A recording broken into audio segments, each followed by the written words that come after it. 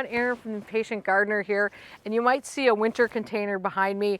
Hopefully by the time this video actually goes up, that soil is thawed enough to get that out of there. But the good news is that this patio that I'm standing by right now is going to be full of plants sooner than later. One of the plants that's going to end up on this patio this year that I'm really excited for is a fig. I'm going to try to grow a fig for the first time this year, and not just because I happen to think it's a beautiful plant and I would love to grow figs, but also because I really enjoy the challenge of learning how to grow new plants. There's something really fun about shaking it up and just learning about something new. So of course I've been doing research in all the places you would expect on books and the internet, but really a great place to go for information about a plant is to somebody who grows it, to talk to other gardeners, which is just a pleasure in and of itself, but get real firsthand experience from them. And it's even better if that gardener is growing in a place that is very similar to yours. So that is where Heather from Here She Grows comes in. Heather has been growing a fig in her zone 5B near Chicago garden for a few years now. And I thought I'd just reach out to her and get it straight from the horse's mouth, because I'm also a zone 5B, although I think Heather's a little bit warmer than I am. And I just figured this would be a great way to learn about it and find out what I'm supposed to do, because those figs are going to be here probably at the end of April or so. So I kind of have to be prepared. So I am getting a Chicago hardy fig, and my plan is to grow it in a pot, because although it might be winter hardy here root-wise, I don't believe it's hardy enough to grow figs on it and produce figs. And I don't really want to have to worry about doing a ton of, like, building a tent around it and doing a ton of winter protection in the landscape on it. So at least for now, I'm going to grow this in a pot, which I know is how Heather grows hers.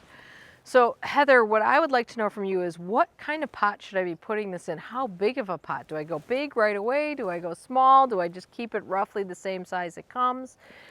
And then I also want to know about the care. Now I know it wants sun, but I also understand that they want it to be even moisture. So if you could talk to me a little bit about how to do the moisture right and all the actual growing. And then of course the biggest question is, what do I do in winter? When do I take this in? How do I treat this in winter? Because I know that you kind of go through a process of gradually easing yours into dormancy. So share with me, please, Heather, all of your great information and tips for a fellow Zone 5B gardener who really wants to try a fig. And oh yeah, when am I going to get figs? Hey Erin, you have perfect timing, because my fig tree is just waking up, and I've had great luck with it over these last 4 years, overwintering it in my basement. So this tree has not seen a lick of light since November of last year, and I overwinter it in my basement, and it's in my husband's shop actually, and it's gone so great. And what's always amazing to me is, despite the fact that it doesn't get any light in my basement, it still throws up these beautiful green buds every February. I don't know how it knows spring is coming, but this tree has done this religiously every year since I tried this whole experiment, which it truly was an experiment, because I did not know how to grow a fig tree. So I'm hoping that you guys will give it a shot once you realize just how simple it is to do and how low maintenance these guys are. Growing it in a container is the way I chose to go. In our zone 5B, I'm in the southwest suburbs of Chicago, but in our zone 5B, these tend to die back to the ground. They're root hardy, but not winter hardy above ground. So a lot of times they'll die back and then they grow from the ground up. Because I like instant gratification, I didn't want to wait for that to happen. So I just put mine in a pot, and it's done really well. Now I've known ever since I did a YouTube video on how I grow my fig, I've had a lot of people tell me how they grow it in the ground, and it doesn't all die back, but oftentimes that's because the fig is in a protected location. I have very little wind protection here. I feel like everything, I live in a wind tunnel, so to avoid it, to prevent it from dying to the ground, a container for me is the way to go. And I'm going to show you how easy it is to let these things go dormant, bring it inside, and how easy it is to just reintroduce it to the outdoors in the springtime and enjoy it all summer long. It truly is a tough plant, and maybe you don't like figs, give the figs to a neighbor or someone you know that does like figs, and grow it for the ornamental value, because it's a beautiful tree too. The leaves are gorgeous, and it has this beautiful fall color. So it has many attributes. So even if you don't like figs, you can still grow a fig tree just for the ornamental beauty of it.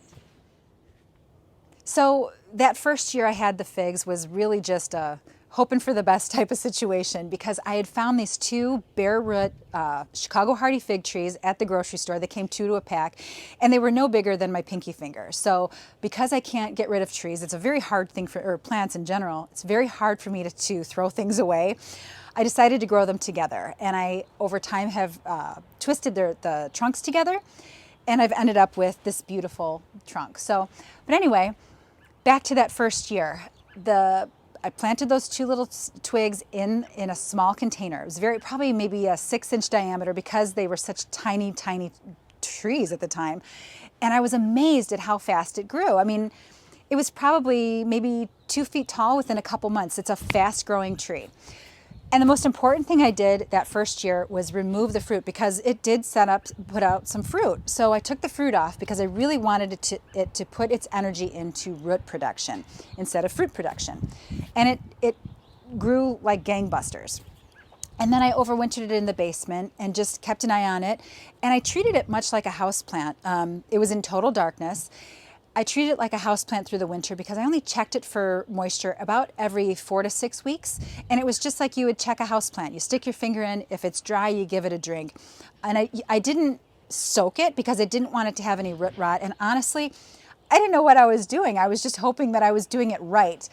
And I didn't learn that until that following March or February, when it started putting up the little green buds.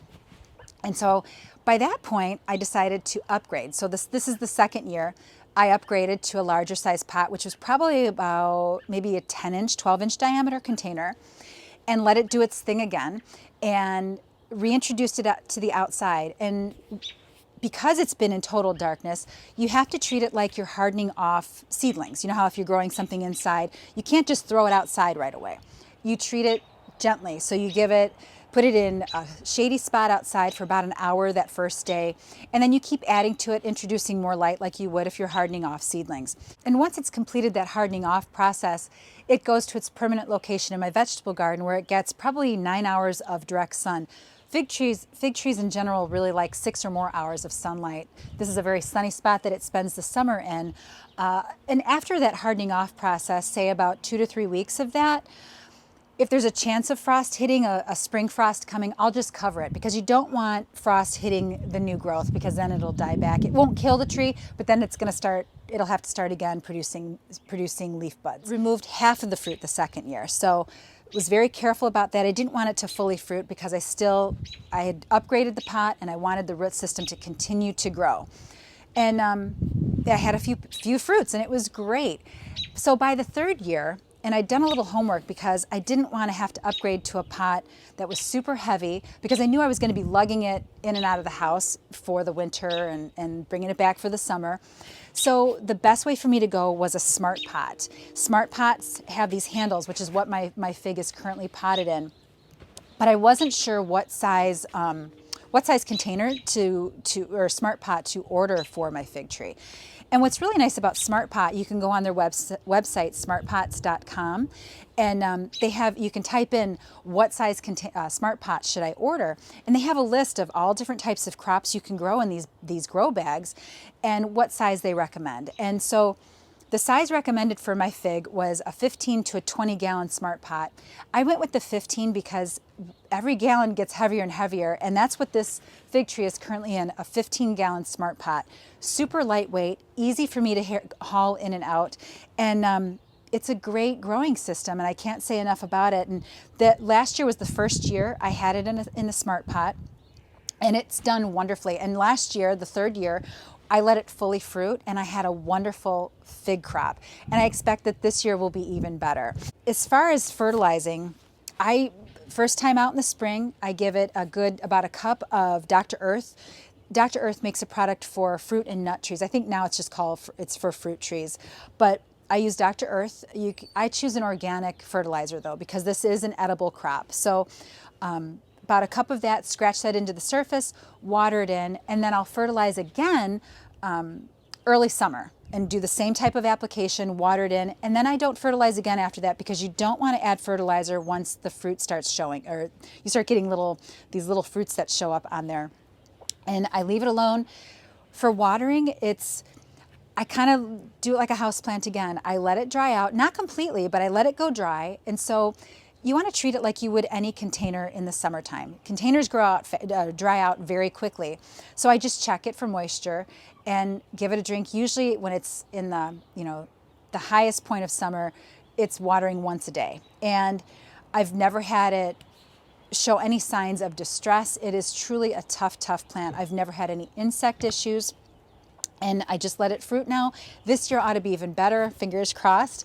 It's just been one of the simplest plants or trees to grow in my garden. So the cool thing about a fig tree is that it tells you when the figs are ripe. Unripe figs will be pointing up. When they become ripe, they will completely droop. And so that's your cue to start picking. And your greatest challenge will be beating the wasps to those figs, because I swear those wasps lay in wait for those fruits to ripen. And interestingly, you can't harvest figs when they're not ripe and let them ripen up in the house. They won't do it. They have to ripen on the tree. So that's the biggest challenge are the wasps. And other than that, it is really a piece of cake. And then once you've harvested all your fruit, say by like mid-August, early September, the nights start getting cooler.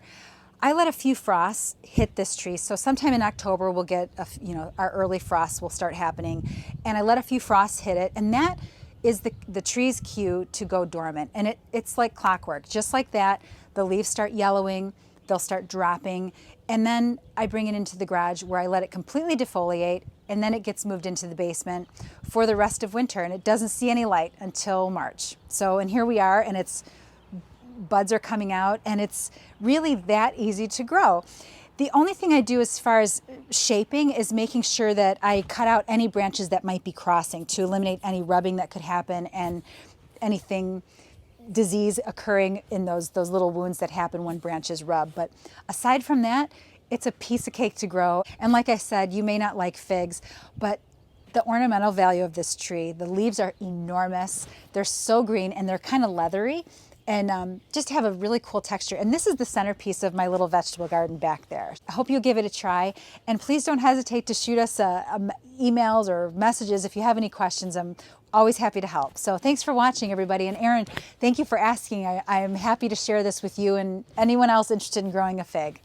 Okay, that was so helpful, Heather. Thank you so much for all that information. I hope that was helpful for all of you who are watching this too, who might be thinking about growing a fig in a cooler zone, or the growing tips are applicable to anywhere you're growing them, whether you're going to keep it in the ground or you're going to do it in the pot like Heather and I are going to do. So make sure you subscribe so that you can follow the updates, because of course I will take you guys along on this fig journey. I think it's always fun to take people along and figure it out, and I welcome your fig growing tips in the comments as well.